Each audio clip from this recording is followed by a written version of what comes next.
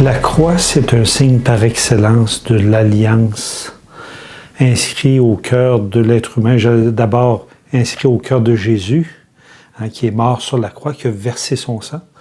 Et pour dire l'amour, il a donné sa vie parce qu'il a obéi à son Père par amour, puis aussi nous donner ce signe d'amour pour nous. C'est pour ça que le signe de la croix est devenu pour nous un signe identitaire. Et je ne sais pas si vous avez déjà remarqué ça, mais juste le signe de croix nous dit ce qui nous anime au plus profond de nous-mêmes.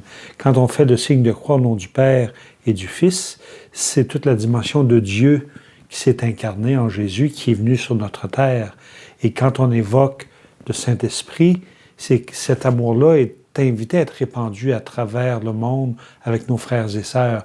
C'est pour ça que les bras de la croix sont ouverts pour indiquer que cet amour-là doit être répandu sur l'ensemble de l'humanité. Et ça, pour accomplir une mission comme ça, il faut vraiment l'avoir inscrit au cœur. Et dans l'expérience humaine et spirituelle de Jésus, rappelez-vous à Gethsémani, il vit vraiment la souffrance, l'angoisse. Ça, c'est l'expérience humaine à Gethsémani. Et là, ça ouvre ce qu'on appelle, pour nous autres, sur le plan liturgique, le Triduum pascal, où est lié le jeudi saint, le vendredi et le matin de Pâques. Expliquer ou exprimer un mystère, c'est très limité avec des mots. Alors, j'ai choisi aujourd'hui de prendre une œuvre artistique créée par un prêtre, Edmond Thériault du Nouveau-Brunswick, à qui j'avais demandé, Edmond, serais-tu capable de m'exprimer dans ton art, qui est la fusion de verre, le mystère du Triduum pascal? Alors, je vous la présente ici. Au début, peut-être un peu surprenant, mais je vous invite à fixer votre regard sur la première partie, ici. Vous pouvez deviner la croix du Christ avec ses bras ouverts, qui est déjà signe de résurrection. Déjà, dans sa mort sur la croix, Jésus avait mis son espérance en Dieu le Père.